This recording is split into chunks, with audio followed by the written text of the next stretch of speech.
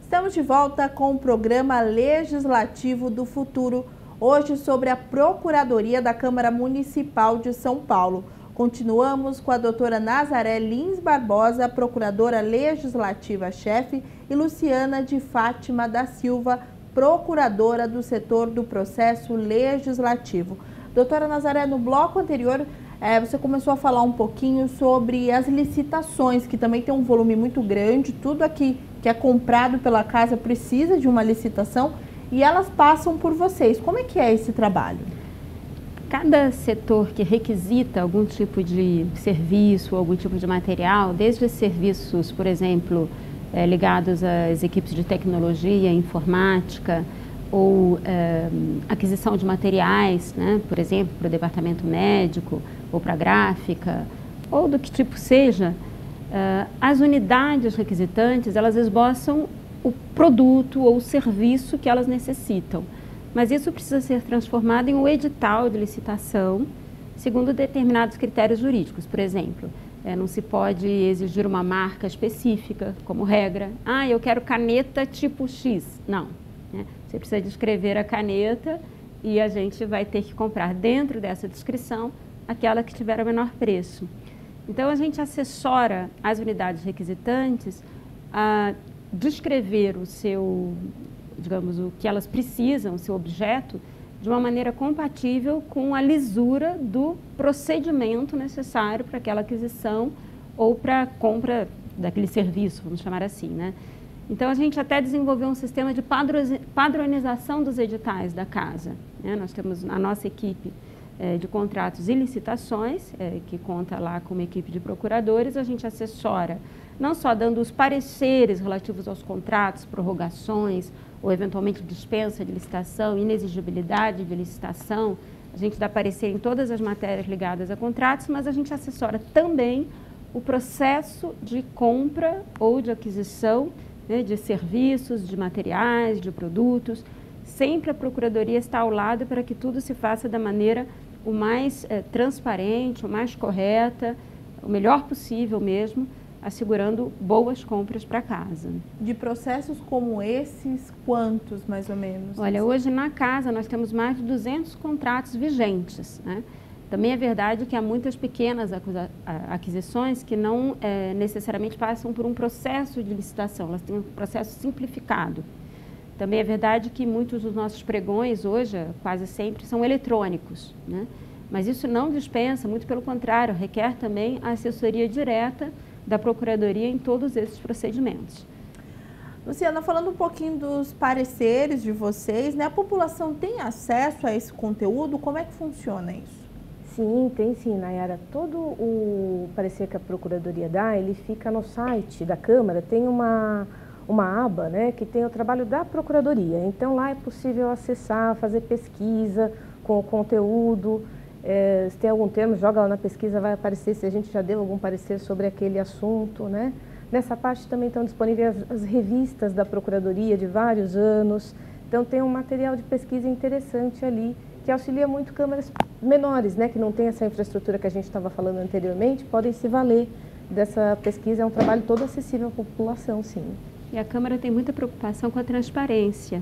Então, não só todos os pareceres da Procuradoria estão disponíveis no site da Câmara, na parte institucional, como também todos os contratos estão disponíveis, os pareceres, obviamente, que subsidiaram a elaboração desses contratos.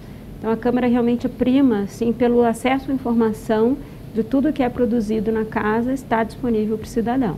Bacana. Bom, eu queria ouvir um pouquinho as duas sobre isso. Estamos no meio de uma pandemia e o trabalho da Câmara é bastante presencial, né? Nós temos as nossas reuniões aqui sempre com a presença dos parlamentares, da população, audiências públicas. Como é que está sendo o trabalho da Procuradoria nesse momento? Olha, a gente tem tido um trabalho intenso, né? Remotamente, né? Mas não diminuiu em nenhuma medida. A gente faz o assessoramento, a elaboração dos projetos de lei, surgiram muitas ideias, né, Nazaré, para combater, para enfrentar essa pandemia. Então, os vereadores deliberaram de forma virtual, fizeram reuniões virtuais e a gente estava ali acompanhando a tudo isso para poder dar o suporte necessário, né? Por vezes também pareceres que a doutora Nazaré teve que fazer. Então, assim, transportou nossa atividade aqui presencial, física, para dentro de casa através dos computadores, como todo mundo está vivendo. E também na parte administrativa, a Procuradoria teve um papel relevante, está tendo, porque a Procuradoria integra o Comitê Administrativo de Atendimento da Emergência em Saúde Pública. Então, a nossa Secretaria-Geral elaborou uma série de comunicados à casa, criou uma série de protocolos, junto com o Departamento de Saúde, com o nosso Centro de Comunicação Institucional. Em todo esse processo, a Procuradoria trabalhou arduamente, inclusive no suporte à elaboração de todos os atos da mesa, foram 10 atos da mesa, ou seja, normas regulamentares importantes, tanto no que diz respeito ao trabalho não presencial, as medidas em relação à segurança na casa, a utilização de máscaras, protocolos de higiene, enfim, tudo isso passou por uma série de normas que foram elaboradas e no seu momento tornadas públicas, depois de discussões importantes, né, obviamente sempre ao lado da mesa diretora. Tudo isso contou com a participação direta da Procuradoria. E na parte legislativa, também para dar esse suporte, essa segurança para utilização desses recursos virtuais na deliberação de projetos de lei, né, seja no âmbito das comissões, porque, claro, o nosso regimento não prevê, né, reuniões virtuais. O nosso regimento previa apenas em casos excepcionais plenário virtual. Isso foi estendido para muitas outras matérias, né? Audiências públicas, não existe a previsão expressa de audiências públicas virtuais. Como é que a gente pode dar segurança para realizar audiências públicas obrigatórias de um modo que não é usual?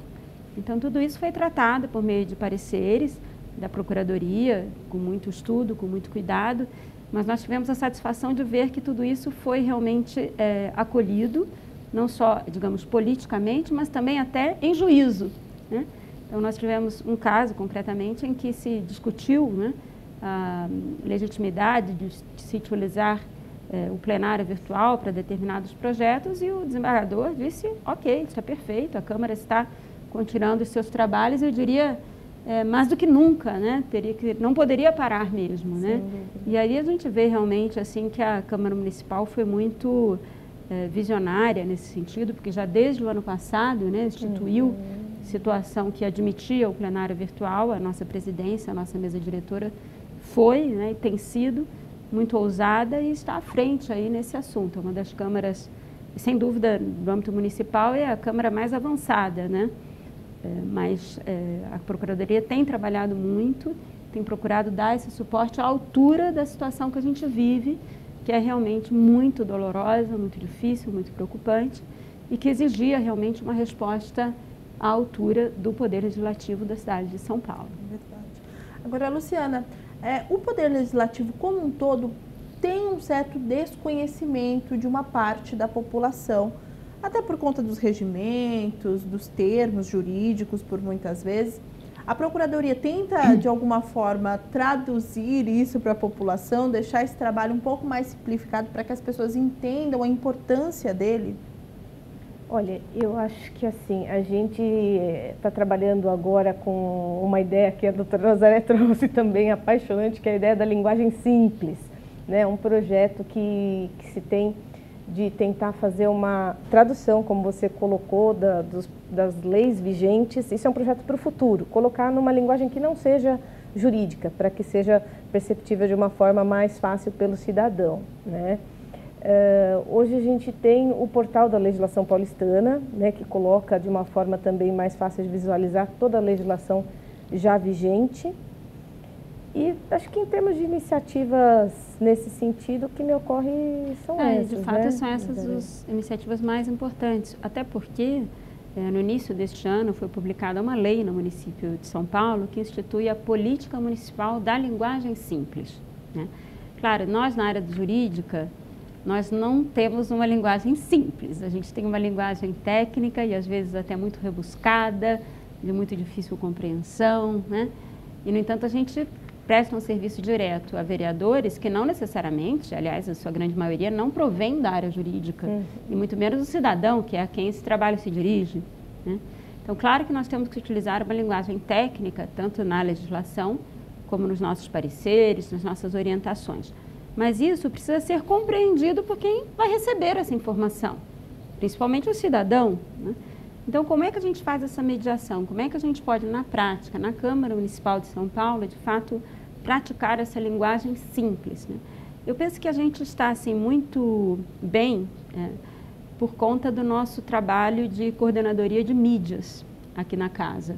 A gente tem tido uma presença importante nas redes sociais, comunicando à população a legislação, né, o posicionamento da Câmara perante a sociedade. A gente pode acompanhar isso no Instagram, né, de uma maneira muito simples e muito exata, né? Então, acho que aí é um trabalho mais da equipe de comunicação. Mas nós, da Procuradoria, muitas vezes somos chamados para traduzir isso, digamos assim, sem perder aquele aspecto de precisão científica e técnica. Então, a gente trabalha muito junto. Ou seja, por um lado, como lembrou a doutora Luciana, no nosso portal, a gente já está procurando apresentar a legislação de uma maneira mais clara para o cidadão. Isso já foi um ganho. Um outro passo é a gente explicar em poucas linhas, né, o que é esta lei, desde quando ela está valendo, o que ela traz de novo. A gente sabe que existem países, né, por exemplo, Portugal, que publica isso, a lei em linguagem simples. Não tem valor legal, mas tem um valor muito importante para o cidadão. Então, a gente quer também trazer essa inovação aqui para casa, sabe? Muito legal. E hoje eu acho que a gente, de alguma maneira, já está indo nessa direção através do trabalho que tem feito a equipe de comunicação, a coordenadoria de mídias da casa, o nosso centro de comunicação institucional. Queremos avançar muito nessa política que está valendo aqui na cidade de São Paulo, que é a linguagem simples. Para a gente encerrar, eu também queria falar de duas medidas que eu acho que são bem legais, são a revista, né, e o Celeste. Explica um pouquinho como é que funciona, doutora Nazaré, por favor. Então, o nosso CELEG é o Centro de Estudos Legislativos. Ele foi criado inicialmente para que, dentro da própria Procuradoria, a gente se entendesse melhor, porque são duas áreas muito diferentes, a área da Procuradoria que cuida do suporte à administração, contratos, licitações, o setor judicial, o setor que dá pareceres em matérias ligadas ao funcionalismo, por exemplo, e toda a parte que assessora diretamente o processo legislativo. Então, a gente criou, digamos, esse centro de estudos onde todos conversam, né? Do centro de estudos tem uma pequena parte da equipe que compõe, que traz as notícias de um para o outro. E depois a gente quis estender isso para toda a casa. Então, a gente faz uma parceria muito sintonizada com a Escola do Parlamento, de tal modo que temas que são jurídicos são também trazidos para todos os assessores, e inclusive para o público externo, né, por meio do nosso centro de estudos, junto com a Escola do Parlamento, trazendo tanto questões ligadas à administração, a questões jurídicas afetas ao legislativo, mas ligadas à administração da casa, como questões ligadas à iniciativa parlamentar em projeto de lei, limites da atuação parlamentar no âmbito da fiscalização, como é que funcionam as comissões parlamentares de inquérito, como é que o judiciário está vendo o trabalho do legislativo, como é que o legislativo se relaciona com o Ministério Público. Então, o que a gente faz? Eventos, chamando pessoas especializadas, gente da casa e de outros setores. A gente procuraria aqui fazer uma maior integração. Esse é o objetivo do nosso centro de estudos, que, entre outras coisas, também edita, né, desde que foi criado, ele que é responsável pela edição da revista. Isso a Luciana poderia contar um pouquinho. Como é que a gente consegue os nossos artigos, os nossos colaboradores, os nossos eventos? A revista é um projeto que a gente tem um enorme carinho. A gente já está desde 2012 editando a revista. E ela é composta pelo material da nossa produção, todos os pareceres que a gente faz, as ADINs que tem maior destaque, artigos que a gente escreve também. No começo era uma revista voltada só aqui interna, né? Só os procuradores da casa que colocavam seus trabalhos. Depois a gente se abriu também para outros colegas que atuam nessa área do direito público, do legislativo, que é bem específica e que a gente entende que é muito importante estudar, trocar experiências, difundir.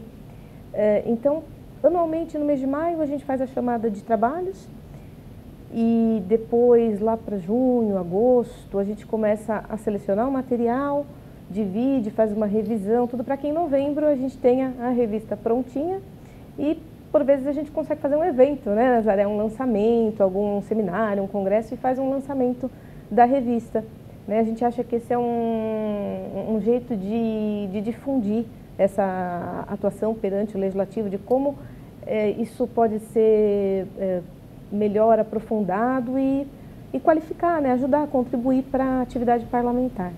Bom, eu queria muito agradecer as doutoras, doutora Nazaré, doutora Luciana, pelos esclarecimentos. Eu acho que a população vai gostar de saber um pouco mais do trabalho de vocês, que é tão importante. Obrigada.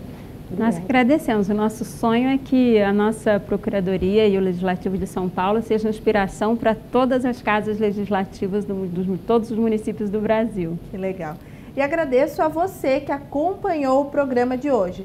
Se você ficou com alguma dúvida sobre esse assunto, basta entrar em contato com a Procuradoria da Câmara nos e-mails celeg@saopaulo.sp.leg.br e procuradoria@saopaulo.sp.leg.br. TV Câmara São Paulo. Assista, fique sabendo.